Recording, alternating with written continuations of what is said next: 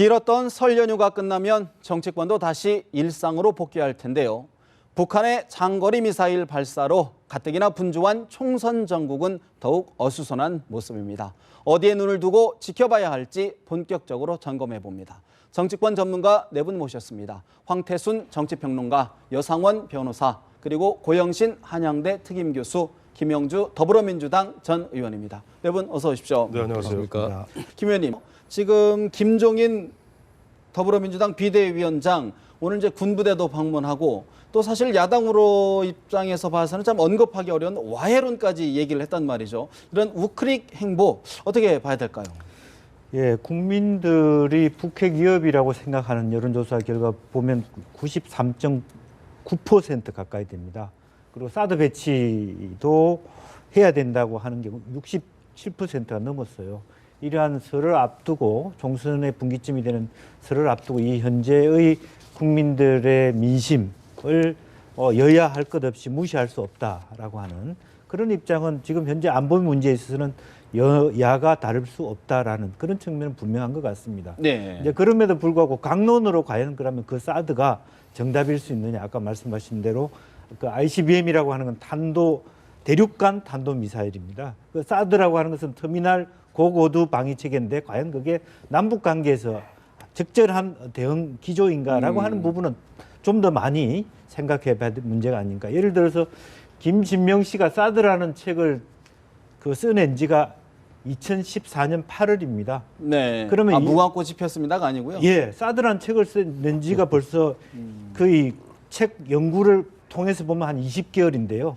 만약 그런 문제가 이미 미국 사이와 중국 사이, 사드를 가지면 미국을 위해서는 사드를 가져야 되고 그 사드를 가지려면 중국하고 헤어져야 되는 이런 위기를 경종한 것이죠. 예. 그 기간 동안 우리 정부 또 우리 정치권 뭘 했냐 하는 반성도 있어야 될 거라고 생각이 듭니다. 여 변호사님, 사실 지금 저희도 이제 사드 논의를 계속 하고 있는데 지금 사드 논의 같은 큰 좀 논의가 좀 복잡한 것 외에도 지금 북한 인권법이라든가 대테러 방지법이라든가 이런 거 그런 부분은 좀 정치권에서 좀 이렇게 협의를 좀 속도를 내야 되는 것 아니냐라는 의견도 있는데 어떻게 보십니까? 근데 대테러 방지법이라든가 북한 인권법이 있죠. 북한이 어떤 국제사법 형사사법재판소의 그 관할을 수용하는 나라 같으면요, 충분히 그 효과가 있는데요.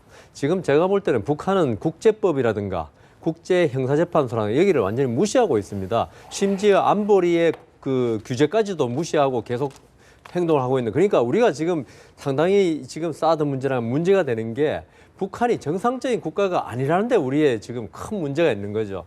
우리가 이 북한이 사실 국제법 잘 준수하면은 이 국제법 그러니까 뭐 그 안보리에서 해결되고 할 것인데 그게 안 되니까 지금 사드 논의가 나오는데 저는 이 중국이 왜 그 사드가 자기들 국가 안보에 그 부담이 된다고 반대하는지 저는 잘 이해가 안 되는데 예. 왜냐하면 이 사드라는 게 그 저기 중국을 공격하기 위한 미사일이 아니고 중국에서 그 뭐 ICBM을 발사한다든가 북한에서 할 때 그걸 미리 격추시키고 네. 탐지하고 격추시키는 건데요.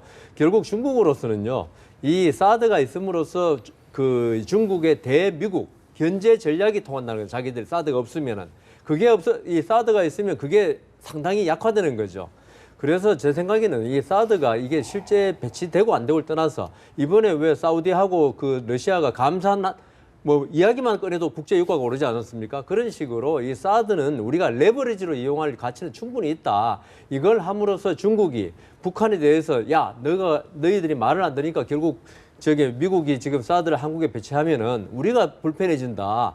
너희들 행동을 조심하라. 네. 이렇게 나갈 수 있기 때문에 제 생각에 북한 인권법 테러 방지법보다도 실제적인 군사적인 압박 이게 더 필요하지. 이거는 그 북한을 상대로는 네. 이 법 통과로서는 충분치 못하다는 생각이 듭니다. 황 의원님, 예. 사실 이제 정부가 혹독한 대가를 예고했단 말이죠.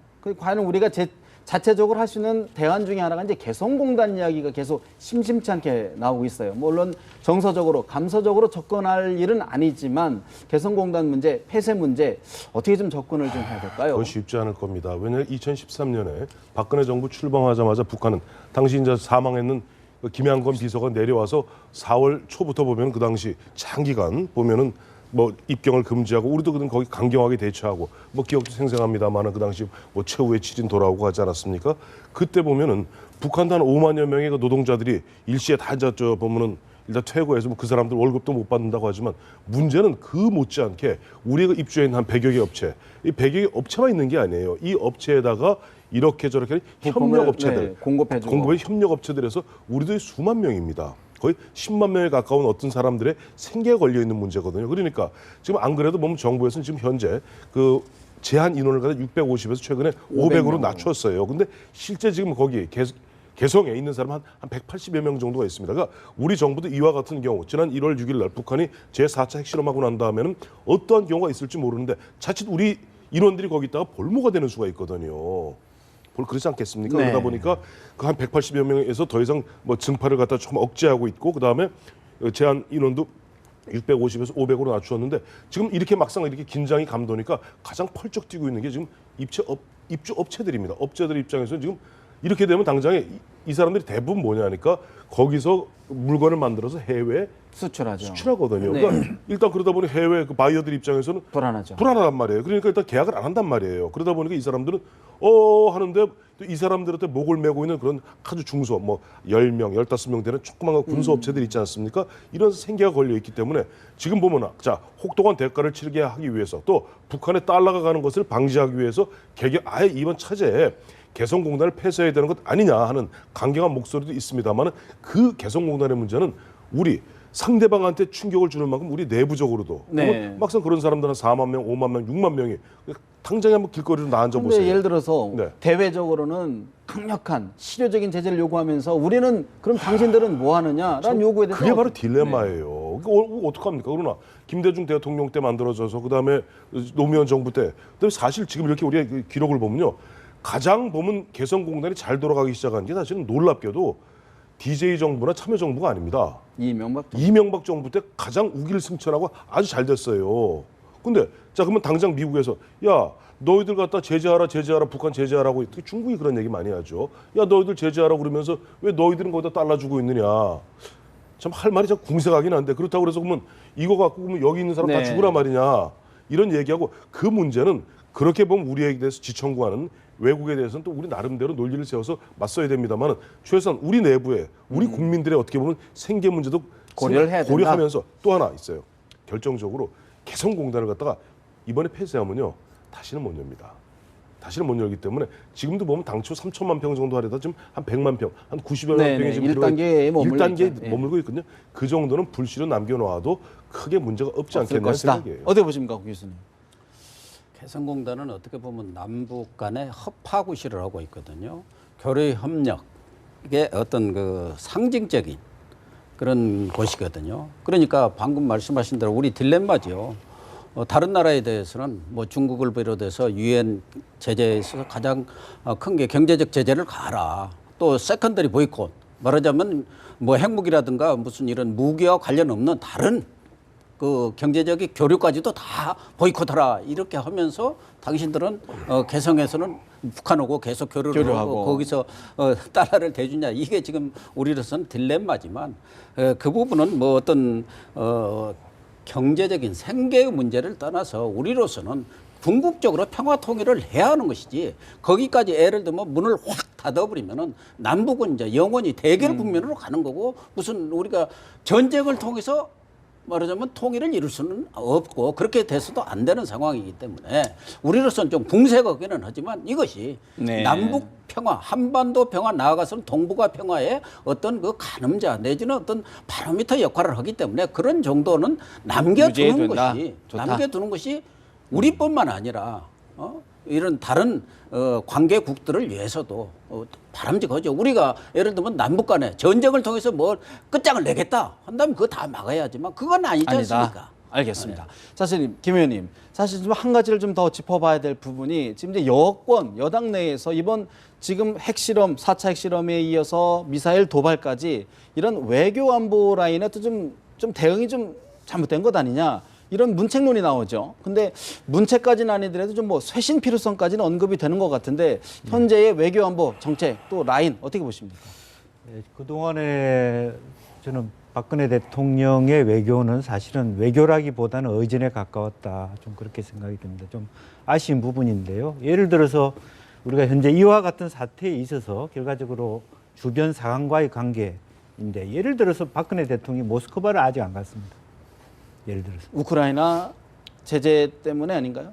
아니 그 전에부터 집권 4년 동안에 G20 행사 때 상페테르부르크 한번 다녀오시고 그 이후에 그 전에 있었던 위성락 대사가 굉장히 그걸 아쉽게 생각. 대통령이 러시아에 오시는데 모스크바를 다녀오지 않았다라든지.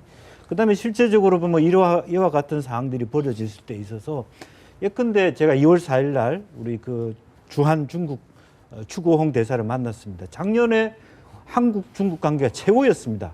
한중 FTA 그다음에 전선 기념실에 대통령이 가시면서 작년에 한중 관계 굉장히 이렇게 그야말로 유라시아 이니티브 통일 대박론 1대1로와 연결되는 큰 얘기를 해놓고 그 바로 다음 해에 완전히 찬물을 끼얹는 행색 전혀 완전히 다른 유턴을 해버렸을 네. 때 우리 한국의 어떤 외교의 일관성이라고 한 전략이 과연 있느냐 이런 측면이 있거든요. 그렇기 때문에 지난번에 사실은 우리나라 대통령은 러시아의 모스크바에 가지 않았으면서 불구하고 한국에서는 푸틴 대통령을 서울에 가서 하룻밤 자고 가라. 그렇게 얘기했단 말이에요. 자고 갔어요. 네, 이미 언제 방한을 왔냐면 했죠. 새벽 2시에 왔다 갔습니다. 그게 무슨 말이냐면 앞뒤가 안 맞는 얘기라는 얘기입니다. 실제로 보면. 이제 그런 면에 있어서 앞으로 우리가 정말로 이 북핵 관계라 이런 측면을 생각해 봤을 때 과연 우리의 그 외교 라인이 네. 과연 제대로 구실을 했느냐 의문점이 생기고 더군다나 이제 그 외교 라인의 측면보다는 저는 대통령에게 이 문제가 있다. 그렇게 귀결점은 생각합니다. 대통령이다. 근데 우리나라 같은 경우에 아까 이제 북한이 정상적인 국가 아니라고 그랬는데 그 외교 안보 라인이 과연 북한에 대해서 할 어떤 그 뭐가 있는가? 대북 지뢰 때? 예, 대북 뭐 키라든가 이런 게 네. 저는 우리나라로서는 없다고 보이거든요. 그리고 북한 문제는 지금 한국만의 고유한 문제가 아니고 그 북한을 한반도를 둘러싼 여러 강대국 간의 이해관계가 아주 첨예하게 대립하는 곳이기 때문에 외교 안보 라인의 무능함이 과연 문제일까?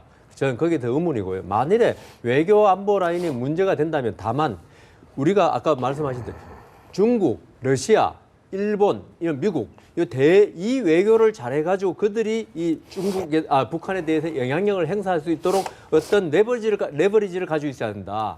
이걸 잘못한 게 아마 외교 라인의 안보 라인의 잘못이다. 그런데 한국으로서는 중국이나 러시아에 대해서 있죠. 어떤 레버리지를 갖기가 참 힘든 위치입니다. 우리가 뭐 자원이 무지하게 많은 나라도 아니고 뭔가 뭐 군사적으로 할 수 있는 나라도 아니고 오히려 우리가 중국에 물건을 팔아야 되는 나라고 이렇기 때문에 어떤 중국이나 러시아에 대해서 우리가 어떤 그 북한의 영향력을 행사하기를 우리가 이렇게 콕 찔러가지고 네. 해줄 수 있는 입장이 될 수가 없기 때문에 지금 외교 안보 라인의 어떤 문책만으로 이게 문제가 해결되면 참 좋겠는데 그게 힘든다는 거죠. 외교 문책만이 능사가 아니다 이런 말씀이고 이제 본격적으로 좀 총선 정치권 이야기를 좀 짚어보도록 하겠습니다. 총선이 이제 불과 2달여 앞으로 남아왔는데 여러 가지 관전 포인트가 있는 것 같은데 황 의원님 네. 한 가지 먼저 새누리당이 사실은 이제 국회 선진화법 자체 개정할 수 있는 180석 이야기하고 있습니다. 네. 가능할까요? 어떻게 전망하십니까? 불가능한 건 아니죠.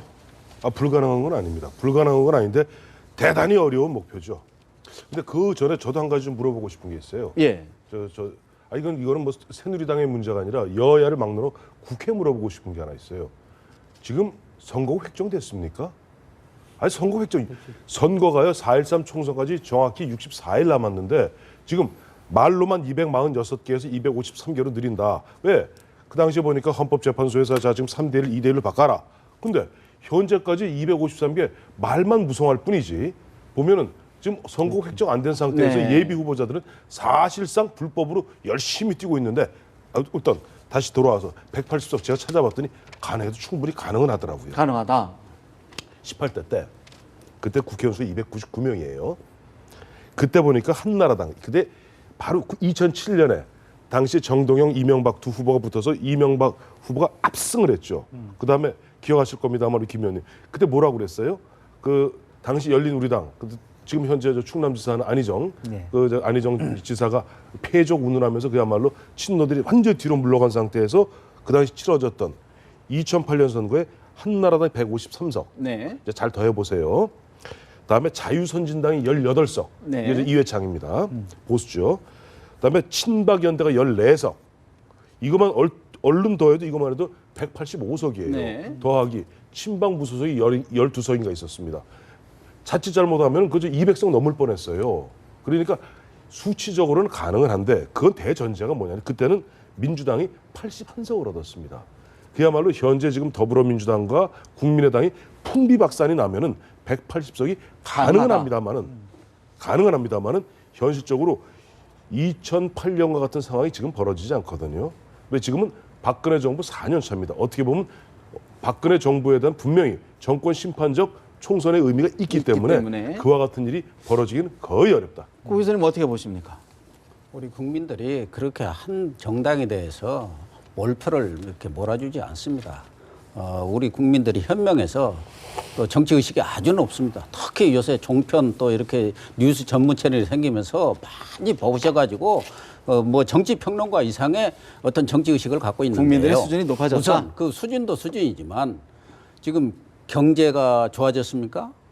경제 무능이라고 얘기가 되고 있지 않습니까? 또 한 번 가장 중요한 것은 외교 안보예요. 그동안 박근혜 대정부가 점수를 따랐다면 외교 안보인데 아까 우리 김 의원님 말씀하신 대로 의전 잘해가지고 의전 그래가지고 어디 가서 대우받았다는데 그것은 그 사람들이 이렇게 등 두드려 주는 것이지 실질적인 것은 아무것도 없는 거거든요. 어쨌든 지금도 안보에 대해서 과거 같으면은 이런 안보 상황이 벌어질 경우 여당한테 유리했지만 지금은 오히려 안보 무너지 나올 정도라고요. 네. 이게 가장 중요한 먹고 사는 문제, 우리의 생존과 달린 또 안보 이런 부분에까지도 정부가 신뢰를 받지 못하고 거기에 대해서 어떤 평가가 되지 않는 상황에서 국민들이 180석을 네. 몰아주겠느냐. 그렇다 한다면 야당이 분열돼 있으니까 어부지리를 취하겠지. 이런 것은 기대하기 어려울 겁니다. 지금 갖고 있는 157석 저는 그 언저리 정도 얻는 수준이 되지 않을까 그렇게 보여집니다. 여 변호사님, 사실 지금 이제 경선, 총선에 앞서서 지금 보니까 지금 이한구 공천관리위원장 지금 뭐 전략 공천이다, 물갈이다 여러 가지 총선 경선 공천을 놓고도 좀 난산이 예고되는데 어떻게 보십니까? 글쎄 이완구 공관위원장이요, 뭐 공천관리 줄여서 네. 공관위원장인데 과연 그 새누리당 당헌 당규가 어떻게 돼 있는지 지금 김무성 대표는 당 대표는 지금 뭐 상향식 공천이라 그러고 그다음 이한구 저 공관위원장은 뭔가 물갈이를 해야 한다 그러고 이게 물갈이가 지금 공관위원장의 권한인지 아닌지도 지금 서로 싸우고 있는 형편입니다. 다만 있다면은 그 어떤 특정 지역의 단수 추천 또는 우선 추천이라는 제도를 활용한다는 건데 그 기준이 아주 모호하거든요. 이거는 어떤 사람이 보기에는 맞고 어떤 사람이 보기에는 틀린 거거든요. 그렇다면 이게 계속 당내 갈등으로 계속 비화할 수밖에 없는 문제 아니겠습니까? 그래서 제 생각에는 이 문제에 관해서는 지금 공천이 이제 좀 있으면 곧 이제 뭐 경선을 하든 어떤 단수 추천이나 할 건데 명확한 기준을 지금이라도 세워야지. 그렇지 않고 뭐 비인기자 뭐 이런 저는 그 이한국 위원장이 비인기자라고 그랬는데 비인기자라는 게 무슨 말인지 잘 모르겠어요. 무슨 뭐 연예인 뽑는 것도 아니고 그러면 이거는 비인기자 아니냐는 결국 그 선거에서 주민이 그러니까 국민이 그 선택하는 거지.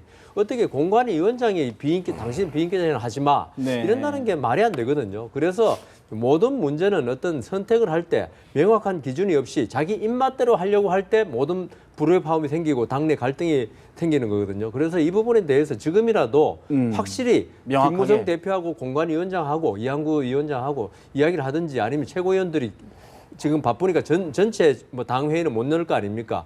룰을 좀 정해놓고 했으면 좋겠습니다. 어떻게 보십니까, 김 의원님? 예, 이번 선거는 국회 심판을 생각하는 게 25%, 또 정부 심판을 생각하는 게 23%, 국민 여론이 그런 상태에 치러지는 선거고 대통령 4년차 되시는 선거이기 때문에 그야말로 압도적인 뭐 새누리당이 180석을 얻기는 쉽지 않아 보입니다. 물론 야권이 굉장히 분열돼 있어서 뭐 이렇게 그냥 논리적인 시뮬레이션은 그렇게 가능하지만 실제적으로 정권 심판론과 국회 심판론이 많기 때문에 따라서 실제적으로 제일 중요한 것은 공천 이후의 파장일 거라고 봅니다. 실제로 여론조사상으로 보면 국회의원을 교체해야 된다는 지표가 서울도 45%가량 되고요. 호남, 경북도 다 똑같이 40%가 넘습니다. 광주는 뭐 50% 가까이 된다는 조사도 나왔단 말입니다. 그러면 과연 현재 공천 룰 자체에서 자연스럽게 과연 현역을 걸러주면 그야말로 땡큐인데 그게 가능하겠느냐? 안 될 경우 네. 또 호남 같은 경우는 뭐 예를 들면 공천을 해서 물갈이를 대대적으로 했는데 그 다음에는 뭡니까? 인물론이란 말이에요. 이제 국민들이 보기에는 이 정국에서는 정부 심판, 국회 심판, 야당 심판 다 있다고 봤을 때 결국 핵심은 뭡니까? 그놈이 그놈이다 했을 때 최종적으로는 인물 대비로 갈 수 네. 있다. 그랬을 때 지금 현재 우리가 나타나는 지지율 퍼센테이지 가지고는 가늠이 쉽지 않다. 쉽지 않다. 이제 좀 야당, 제1야당 이야기를 좀 해봐야 될 것 같은데 고 교수님, 사실 지금 이제 더불어민주당 김종인 비대위원장이 제시한 목표가 현재 의석수 지금 이제 109석인데 이렇게 좀 얘기를 하고 있어요. 어떻게 전망하십니까? 어쨌든 문재인 전 대표가 총선 이후 대권 과도에 순항하려면 적어도 109석 이상, 뭐 127석 원야당 127석 이상 얻으면야 뭐 그거야 가장 좋고, 탄탄대로겠지만 네. 적어도 109석 정도는 얻어야만이 말하자면 큰 소리를 치면서 우리가 그래도 이겼다. 또 제1야당으로서 뭐 이렇게 입지를 확고히 했다 이렇게 얘기할 수가 있겠죠. 예를 들면 저는 한 8, 90석 얻지 않겠나 이렇게 보여지고 또 국민의당 한 4, 50석 이렇게 보지만 그렇게 될 경우는 서로 비등비등하면서 상당히 이제 그 야권의 맹주 자리를 놓고 서로 싸울 가능성이 있는데 네. 어쨌든 김종인 선대위원장이 들어서서 예상보다는 빨리 지금 안정세를 찾지 않습니까? 또 친노들도 김종인 선대위원장이 힘을 실어주고 그 위상을 강화시켜주기 위해서 스스로 뒤로 빠지고 머리도 숙이고 하면서 선대위원장을 지금 키워주고는 있는데 의외로 또 안철수 국민의당이 상승세를 타다가 꺾이면서 국민의 더불어민주당이 아마 뭐 109석까지는 모르겠지만 상당히 뭐 선전할 그 것이다. 안팎의 선전이 되지 않을까 그러니까 하는 전망은 하고 있습니다. 황 의원님은 어떻게 분석하십니까? 109석, 이왕이면 하나 더 쓰시죠. 110석. 네, 알겠습니다. 110석. 100열석 전 100열석 플러스 마이너스 알파로 봐요. 플러스 알파로가 우리 고 교수님 말씀하신 대로 이러한 중순 초중순까지만 해도 사실 국민의당의 기세가 뭐 남다르지 않았습니까? 곧 보면은 뭐 모든 걸 절단될 듯이 쫙 파죽지세의 기세로 갔는데 그 중간중간에 여러 번 어떻게 보면은 스스로 어떻게 발목이 잡히면서 굉장히 추동력을 잃었고 그야 우리가 국민들이 원내 교섭단체의 의미를 갖다 너무 지나치게 강조하다 보니까 원내 교섭단체를 못 이루는 그 늪에 스스로 발목이 잡혀 있죠. 예. 그러다 보니까 모르겠어요. 이제 앞으로 보면은 뭐 양당 공천 끝나고 또 보면 일부 뭐 낙수라고 그러죠. 떨어진 이삭을 갖고 또 원내 교섭단체 뒤늦게 만들 수는 있겠으나 이 국민들에게 큰 감동을 주지 못할 것이고 그렇다면 결국 이제 수도권 현재는 112석입니다만 수도권의 서울, 경기, 인천이 이게 이제 253석으로 늘어날 경우는 122석까지 한 10석이 늘어납니다. 수도권이. 그런 상태에서 그쪽에서 치고받고 하는데 아마 야당 내부에서 이런 얘기 나오겠죠. 자, 야, 이 큰일 났다 이거죠. 이러다 우리 다 죽게 생겼다. 후보 단일화 하자. 그러면 안 된다. 이제 안철수 대표는 안 된다 그러죠. 안 된다. 그러면 아니 그러면 예전에 저 2014년 730 때가 지금은 우리가 알아서 할 테니까 간섭을 하지 마라. 네. 그런 얘기 나올 거예요. 그런 상태에서 이렇게 저렇게 하고 하다 보면 어쨌든 간에 현역 의원들을 중심으로 해서 아직 인적 자산은 더불어민주당이 더 좋거든요. 수도권에서 아직까지는. 그러다 보면 이렇게 저렇게 봤을 때 뭐 새누리당은 한 160석 플러스 마이너스 알파. 아까 우리 한 157석 네. 말씀하셨지만 그다음에 국민의당은 한 20 플러스 마이너스 알파. 20 조금 넘을 수가 있겠죠. 네. 그다음에 비례대표가 있으니까 그다음에 이 국민의당은 한 110석 플러스 마이너스 더불어민주당. 알파. 더불어민주당. 네. 그래서 전체적으로는 한 여권 한 160, 야권 전체가 뭐 정의당까지 포함해서 한 140석 정도의 구도가 될 네. 것이라 예상해 보고 있습니다. 변호사님, 사실 지금 국민의당 입장에서는 좀 서운할 것 같아요. 안철수 대표가 100석 목표라고 얘기를 했는데 어떻게 보십니까? 아니, 안철수 의원 뭐 그렇게 말씀하실 수 있죠. 그렇지만 현실적으로는 제가 보기에는 진짜 거의 불가능하지 않을까.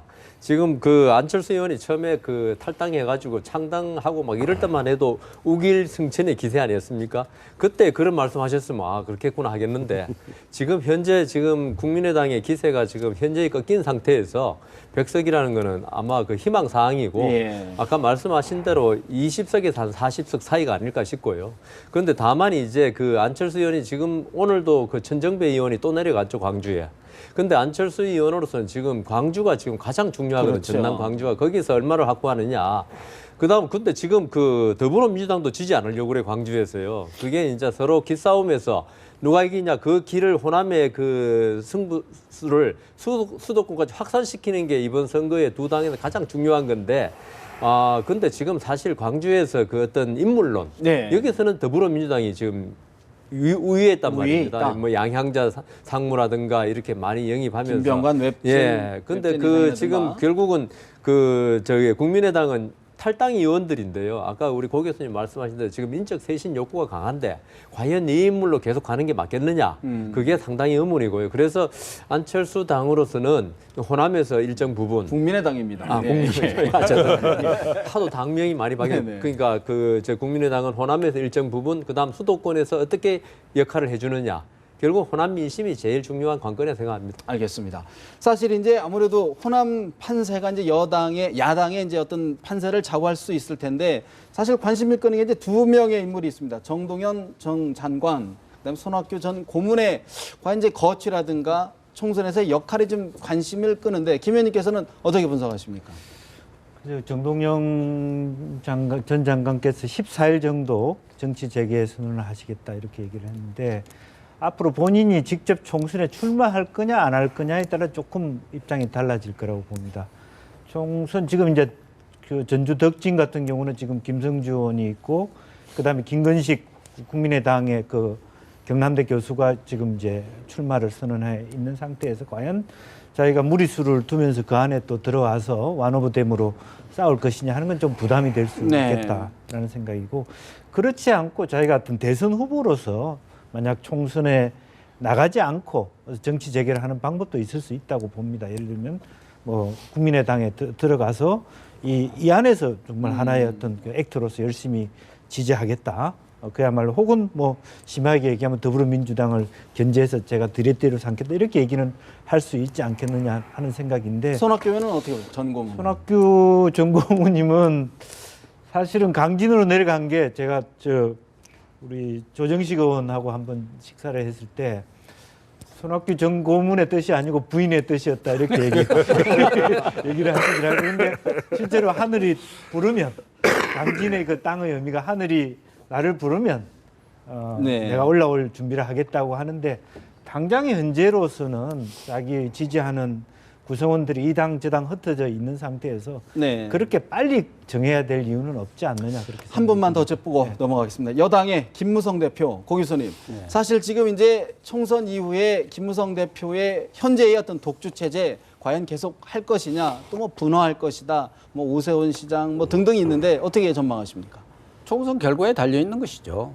예를 들면은 김무성 대표가 공언한 대로 180석을 얻었다고 하면은 그건 뭐 그런 힘을 바탕으로 해서 대선가들을 아주 활기차게 달려갈 거고 현재 수준 이상은 얻어야 될 거다. 그럼에도 불구하고 뭐 180석은 안 되리라고 보지만 오세훈 전 시장이라든가 또 반기문 유엔 사무총장 올 연말이면 임기가 끝나지 않습니까? 그렇기 네. 때문에 반기문 사무총장은 총선 이후에도 지속적으로 또 친박의 입장에서는 자기들의 적절한 김무성 대표를 견제할 만한 카드가 없기 때문에 반기문 총장 카드가 가장 유효하게 써질 가능성이 많고 뭐 다른 분들도 또 뭐 제기 또 후보감으로 또 떠오를 가능성도 있기 때문에 어차피 여권도 과거 이해창 총재의 경험으로 봐서 혼자 독주해 갖고는 안 됩니다. 그래서 그 내에서 경쟁체제로. 경쟁체제로 가는 것이 본인을 위해서도 또 그 선거를 위해서도 바람직하죠. 황 의원님 어떻게 마지막으로 좀 정리 좀 해주시죠. 조금 전에 고 교수님께서 말씀하신 게 지난해 윤상현 의원이 했던 이야기, 이른바 김무성 독주론을 갖다가 네. 거부한다는. 또 그게 사- 다른 대안이 있다. 그 이렇게 말씀하셨죠. 아니죠. 그 정확히 바로 그 얘기였습니다. 과거 이회창 총재가 혼자 독주하다 보니까 만약에 어떤 경우에서 탁 발이 걸렸을 때 대안이 없이 당하더라. 그러니까 뭔가 대안이 있어야 된다. 즉 한 3마리, 4마리 말이 뛰다가 한 마리가 걸려 넘어지더라도 2번 말, 3번 말이 전체 그룹을 갖다 끌어나가는 것이지 혼자 독주하다가 그 말이 엎어지는 순간 나머지 아무것도 안 되지 않느냐 얘기하는데 어쨌든 말씀하신 대로 김무성 대표도 있지만 제일 어쨌든 박근혜 대통령이 아직 임기가 2년 남아 있지 않습니까? 그런 상태에서 김무성 대표 독주 체제를 그냥 놔두지는 않을 겁니다. 뭐 7월 달에 전당대회 있겠습니다만 그러다 보니까 만약 이번 종로에서 어떻게 보면 우여곡절 끝에 오세훈 전 의원이 맞지를 달고 살아온다면 또 대구에서 김문수 전 지사가 살아온다면 뭐 이런 분들이 있지 않습니까? 또 보면은 지금 보면 험지에 나가라서 진짜 나갔는 네. 저 안대희 전 대법관 같은 경우 살아온다면은 어떻게 보면 선의의 경쟁을 하는 가운데 시너지를 내면서 어떻게 보면 각축전을 벌이는 그런 구도가 될 가능성이 크다 보고 있습니다. 이제 설 연휴가 마무리가 되고 있는데 설 밥상에서 어떤 민심들, 어떤 이야기가 오갔는지 아마 설 연휴가 끝나면 나오지 않을까 싶습니다. 네 분 말씀 여기서 줄이겠습니다. 말씀 고맙습니다.